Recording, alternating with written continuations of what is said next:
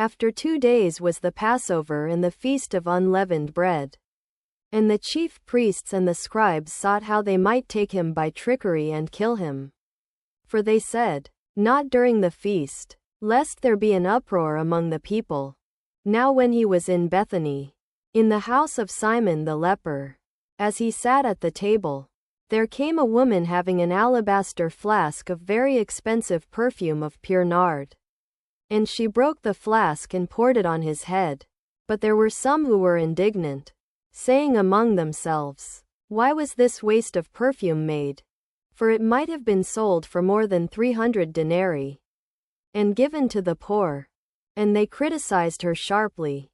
But Jesus said, "Let her alone. Why do you trouble her? She has done a good work for me. For you have the poor with you always, and whenever you wish you can do them good. But you will not always have me. She has done what she could. She has come beforehand to anoint my body for burial. Assuredly, I say to you, wherever this gospel is preached in the whole world, what she has done will also be told in memory of her." Then Judas Iscariot, one of the 12, went to the chief priests to betray him to them. And when they heard it, they were glad and promised to give him money. So he sought how he might conveniently betray him. Now on the first day of unleavened bread, when they killed the Passover, his disciples said to him, "Where do you want us to go and prepare, that you may eat the Passover?" So he sent 2 of his disciples, and said to them, "Go into the city, and a man will meet you carrying a pitcher of water. Follow him. Wherever he enters, say to the master of the house, 'The teacher says, where is my guest room, where I may eat the Passover with my disciples?' Then he will show you a large upper room, furnished and prepared. There make ready for us." So his disciples went out, and came into the city, and found it just as he had said to them. And they prepared the Passover.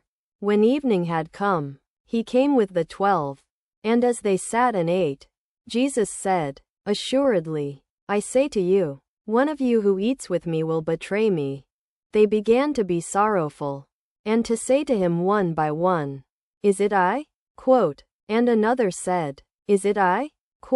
He answered and said to them, "It is one of the 12, one who dips with me in the dish. The Son of Man indeed goes just as it is written of him. But woe to that man by whom the Son of Man is betrayed. It would have been good for that man if he had never been born." And as they were eating, he took bread, blessed and broke it, and gave it to them, and said, "Take, eat, this is my body." Then he took the cup, and when he had given thanks he gave it to them, and they all drank from it. And he said to them, "This is my blood of the new covenant, which is shed for many. Assuredly, I say to you, I will no longer drink of the fruit of the vine until that day when I drink it new in the kingdom of God." Then they sang a hymn and went out to the Mount of Olives. And Jesus said to them, "All of you will be made to stumble because of me this night. For it is written, I will strike the shepherd, and the sheep shall be scattered.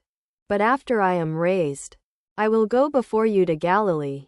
Peter said to him, "Even though all may stumble, yet I will not."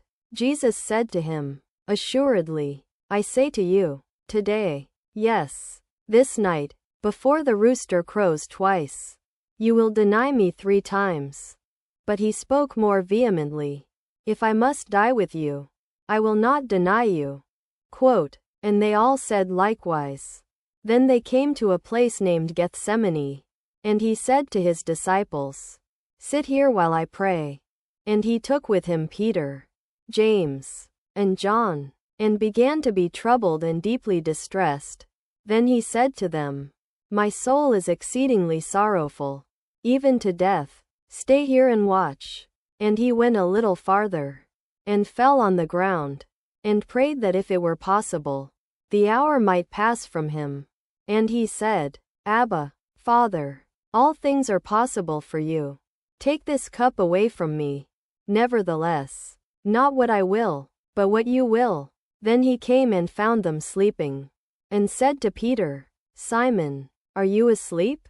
Could you not watch 1 hour? Watch and pray, lest you enter into temptation. The spirit indeed is willing, but the flesh is weak. Again he went away and prayed, saying the same words. And when he returned, he found them asleep again, for their eyes were heavy, and they did not know what to answer him. Then he came the third time and said to them, Sleep now and take your rest, it is enough. The hour has come. Behold, the Son of Man is being betrayed into the hands of sinners. Rise, let us be going. See, he who betrays me is at hand.